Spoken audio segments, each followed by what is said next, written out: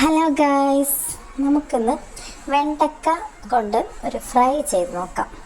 അതിന് വെണ്ടക്ക നല്ല വൃത്തിയായി കഴുകി കട്ട് ചെയ്തെടുക്കണം. നമുക്ക് 2 പീസാക്കി എടുത്തിട്ട് നീളത്തിൽ വേണം കട്ട് ചെയ്യാൻ. ഇതുപോലെ കട്ട് ചെയ്യണം.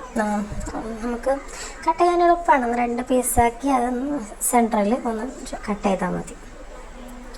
ഇനി നമുക്കിതിലേക്ക് ആവശ്യമുള്ള മസാലകളിടാം. കുറച്ച് മുളക് പൊടി, കുറച്ച് മഞ്ഞൾപ്പൊടി.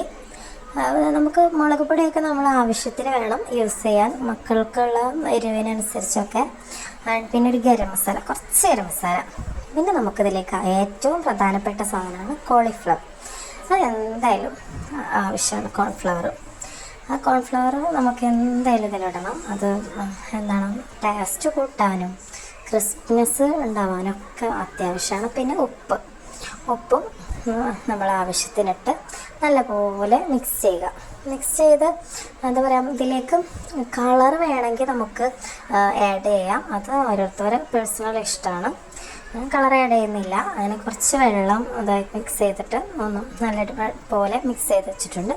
ഇനി നമുക്ക് ചട്ടി ചൂടായ എണ്ണയിലേക്ക് നമുക്കത് ഓരോന്നായിട്ട് ഇട്ട് കൊടുക്കാം.